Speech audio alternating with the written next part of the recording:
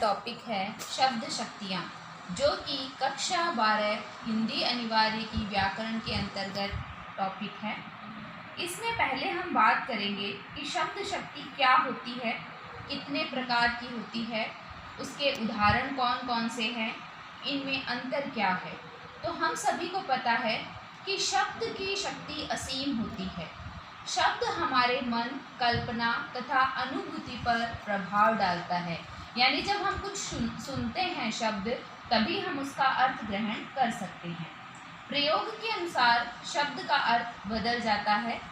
अभीष्ट अर्थ श्रोता तक पहुंचाने की क्षमता अथवा शब्द में छिपे हुए तात्पर्य को प्रसंगानुसार स्पष्ट करने की सामर्थ्य ही शब्द शक्ति है। उदाहरण के लिए हम देखते हैं, रमेश की गाय 5 किलो दूध देती है।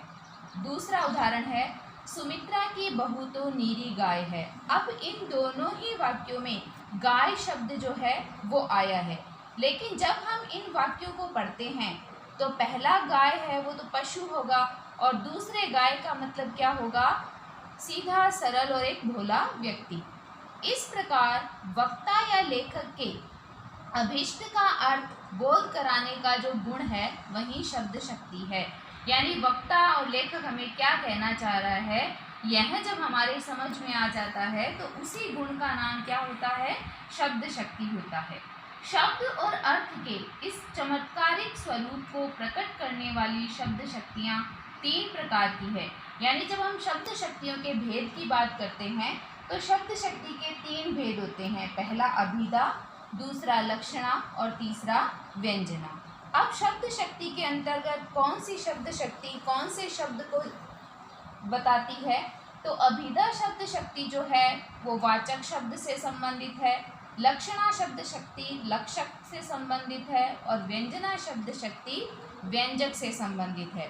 अब इनसे अर्थ कौन से निकलते हैं, तो अभिधा शब्द शक्ति से वाच्यार्थ अभिधेयार्थ अर्थ प्रकट होता है, लक्षणा शब्द शक्ति से लक्ष्यार्थ अर्थ प्रकट होता है, व्यंजना शब्द शक्ति से व्यंग्यार्थ अर्थ प्रकट होता है।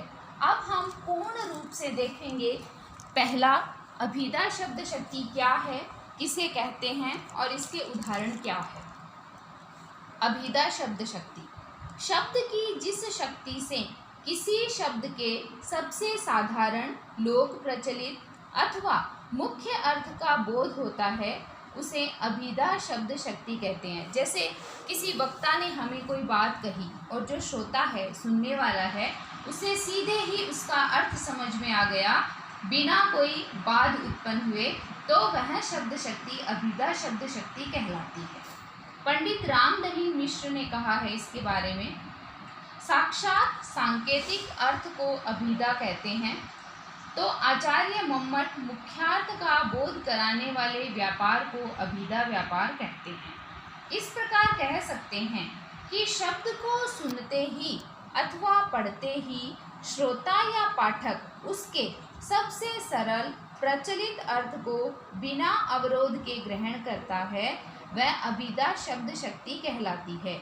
जैसा कि मैंने आपको समझाया कि वक्ता कोई बात कहता है और श्रोता उसका सीधा ही अर्थ समझ लेता है, तो वह शब्द शक्ति कौन सी कहलाती है, वह शब्द शक्ति कहलाती है अभिधा शब्द शक्ति।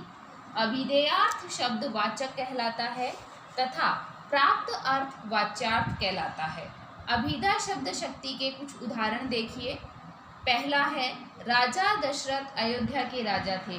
अब इसमें हमें कोई भी अर्थ स्पष्ट करना नहीं होता, वक्ता ने कहा और श्रोता को समझ में आ गया कि अयोध्या के राजा दशरथ की बात हो रही है। फिर है, गुलाब का फूल बहुत सुंदर है, मोहन पुस्तक पढ़ रहा है, गाय घास चर रही है।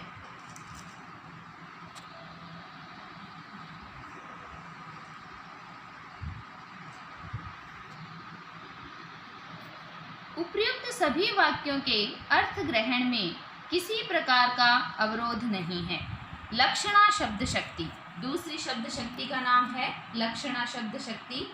जब किसी शब्द के मुख्यार्थ में बाधा हो या अभीष्ट अर्थ का बोध न हो, तब अन्य अर्थ किसी लक्षण पर अथवा दीर्घ काल से माने जा रहे रूढ़ अर्थ पर आधारित होता है।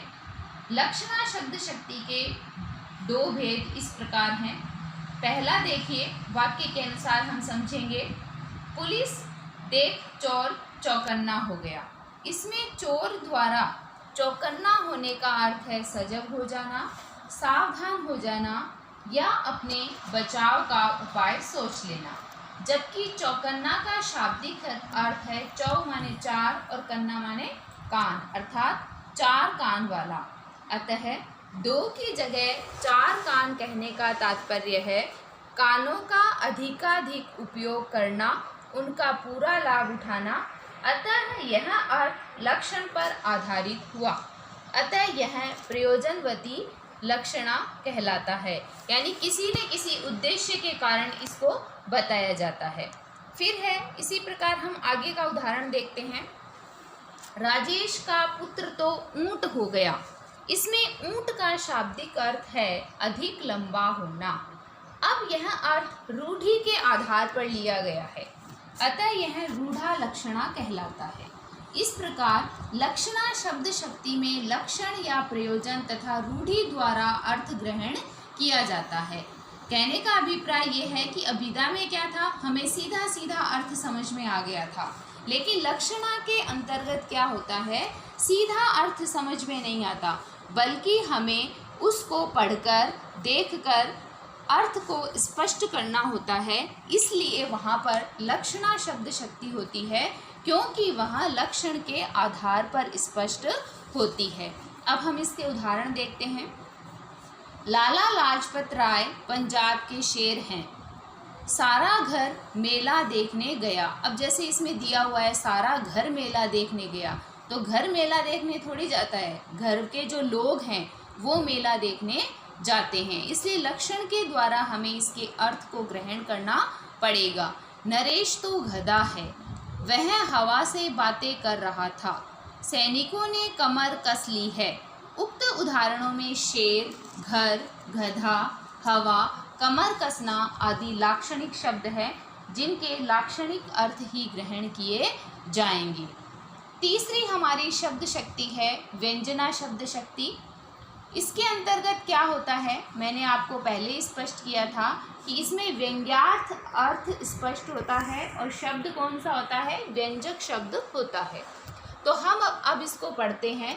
जब किसी शब्द का अर्थ न अभिधा से प्रकट होता है न लक्षणा से, बल्कि कोई अन्य अर्थ ही प्रकट होता है, वहाँ व्यंजना शब्द शक्ति होती है। व्यंजना का अर्थ है विकसित करना, स्पष्ट करना, रहस्य खोलना। अतः किसी शब्द का छुपा हुआ अन्य अर्थ ज्ञात करना ही व्यंजना शब्द शक्ति कहलाती है। इसमें कथन के संदर्भ के अनुसार एक ही शब्द के अलग अलग अर्थ प्रकट होते हैं, तो कभी श्रोता या पाठक की कल्पना शक्ति कोई नया अर्थ गढ़ लेती है। इस प्रकार व्यंजना शब्द शक्ति विविध आयामी अर्थ अभिव्यक्ति का सशक्त माध्यम है। जैसे संध्या हो गई, अब इसमें संध्या हो गई है तो इसके अनेक अर्थ निकल सकते हैं। जैसे इसके अंतर्गत दिया हुआ है कि वाक्य का अर्थ चरवाहे के लिए घर लौटने का समय है, तो पुजारी के लिए पूजन वंदन का समय है। यानी जो चरवाहा है वह यह सोचता है कि अब रात होने वाली है, संध्या हो गई है तो घर चलना चाहिए, और पुजारी ये सोचता है कि अब शाम हो गई है, हमें पूजा करनी चाहिए। व्यंजना शब्द शक्ति से प्राप्त अर्थ को दो भागों में विभक्त कर सकते हैं। पहला है शाब्दी व्यंजना। जब व्यंजना शब्द पर निर्भर हो, शब्द बदल देने से अर्थात पर्याय रख देने से अर्थ बदल जाता हो, वहाँ व्यंजना होती है, क्योंकि अभीष्ट अर्थ के लिए वही शब्द आवश्यक है। जैसे इसमें यह बताया गया है कि शाब्दी व्यंजना के अंतर्गत शब्द जो है वो प्रधान होता है।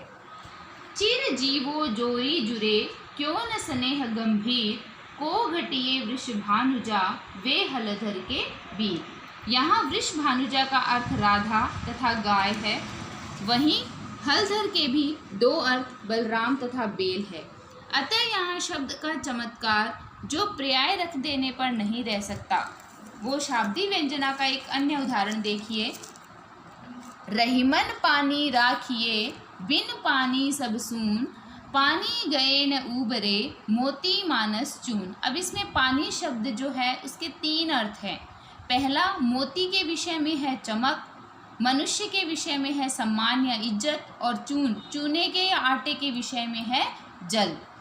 फिर है आर्थी व्यंजना। ये व्यंजना शब्द शक्ति का दूसरा भेद है।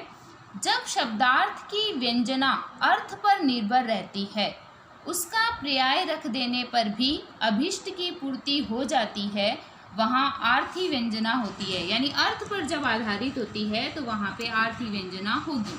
आर्थी व्यंजना में बोलने वाले, सुनने वाले, प्रकरण, देश काल, कंठ स्वर आदि का बोध कराती है। जैसे सघन कुंज छाया सुखद, शीतल मंद समीर, मन हुए जात अजु वहे, वा यमुना के तीर। इसमें गोपिका कृष्ण के साथ बिताए यमुना तट की लीलाओं को याद कर रही है। जो बातें वह कहना चाहती है, हृदय के जिन भावों का प्रवाह वह व्यक्त करना चाहती है, वह समस्त भाव संसार यहाँ व्यक्त हो गया है। अब हम शब्द शक्तियों की तुलनात्मक तालिका का अध्ययन करेंगे, जिसके अंतर्गत अभिधा, लक्षणा और व्यंजना दी गई है। अभिधा के अंतर्गत लिखा हुआ है कि वह मुख्यार्थ अर्थ स्पष्ट करती है। लक्षणा के अंतर्गत है कि वह लक्ष्यार्थ अर्थ स्पष्ट करती है। व्यंजना के अंतर्गत है कि वे व्यंग्यार्थ अर्थ स्पष्ट करती है। दूसरा इसमें है सर्वविदित सरलार्थ, यानी सबको समझ में आसानी से आ जाता है। फिर है रूढ़ या प्रयोजनार्थ, संदर्भ के अनुसार अभिप्रेत अर्थ। फिर है तुम्हारा पुत्र मूर्ख है, तुम्हारा पुत्र गधा है, तुम्हारा पुत्र तो बृहस्पति का अवतार है। इन तीनों वाक्यों को जब हम पढ़ते हैं तो बखूबी हमारे समझ में आ जाता है कि कौन से वाक्य में क्या अंतर है। तो आज आपको शब्द शक्ति समझ में आ गई होगी। कल हम अपने नए टॉपिक के साथ फिर मिलेंगे। धन्यवाद।